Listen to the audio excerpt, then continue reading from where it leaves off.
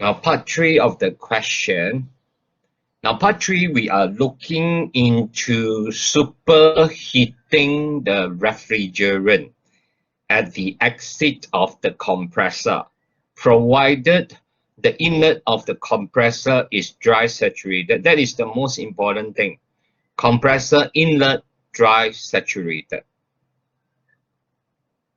So dry saturated vapor delivered to the compressor where it is compressed isentropically and no intercooling or undercooling. Okay, so this would be the TS diagram for superheating. You can see point 1 here is dry saturated. It is sitting on the dry saturated vapor line. Point 1 is dry saturated. Then after that, it undergoes isentropic compression until it reaches this pressure here. That is the condenser pressure. Until it reaches this pressure, which is the condenser pressure, 12.37 bar. Then after that, you have de-superheating. And then it goes into the condenser. Before it goes into the condenser, the temperature actually slightly drops until it reaches the saturated vapor condition at this saturation temperature and pressure. Then it will change into saturated liquid at state 3, and then further irreversible expansion. Of course, when you look at this area, state point 4 to 1, it has been improved. That means the RE is greater than the previous one, that is part B. That is the dry saturated point here instead of superheated at point 2 here. Okay, so RE is being improved when this point 1 here, you bring it towards the right until it touches the dry saturated vapor line. Okay, so the same schematic diagram, but I've changed here to superheated and this point here to dry saturated. Okay, so this one I haven't changed. So you can see this point 1 here is dry saturated.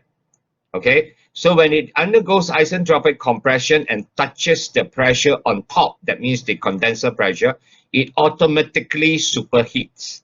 Okay, it automatically being superheated. So this point here. Okay, so the evaporator pressure, you can see the inlet to the compressor is dry saturated.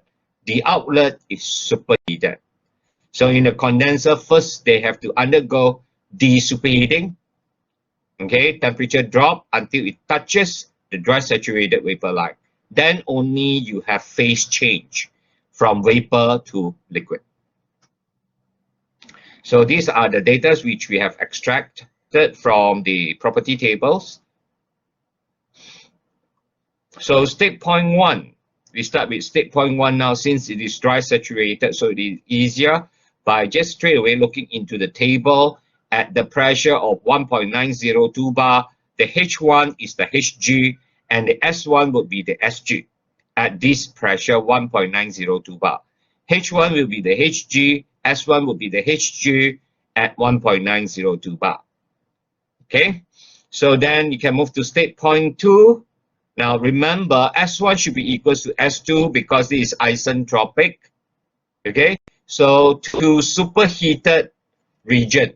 So your state point 2 will be in the superheated region for the refrigerant at pressure 12.37 bar. S1 should be equal to S2 since it is a reversible isentropic compression in the vapor compressor. So your S2, you can adopt 5.623 from state point 1. Okay, so that would be your S2. Then from your ammonia refrigeration table, so first thing is at this pressure and temperature here, that is 12.37 bar and 32, this one. Okay, you go see the superheated section here. You take a look at the superheated section here, state point. Okay, this part here. What we need is these 4 values. And what we need to do is interpolations. under the pressure and temperature of 32, and then go for the superheated section here. Okay, so these 4 values here, you need to table it. So you have based on pressure 12.37 bar. So these are your enthalpy and these are your entropy. So at this, you have 1613 and 5.397. Okay, 1613 and 5.397. And then the next one, you have 1739.3 and 5.731 here. Okay, so what we know is this entropy here, which we have adopted, is 5.623 here. So with this value and these 4 values, we find H2. That is using interpolation to find out H2. So between these values and these 2 values. So by interpolation, you will be able to find out H2 1698.46. H2. Okay, this is by interpolation. So then you move to state point 3, which is saturated liquid at this pressure, 12.37 bar. So you have H3 straight away is the HF, and S3, which is equals to the SF at this pressure. That is 332.8 and 1.235. Then state point 4, remember 3 and 4, they undergo irreversible expansion through a throttling valve or a throttling process or an expansion valve. So H4 will be equals to H3. So that is equals to 332.8.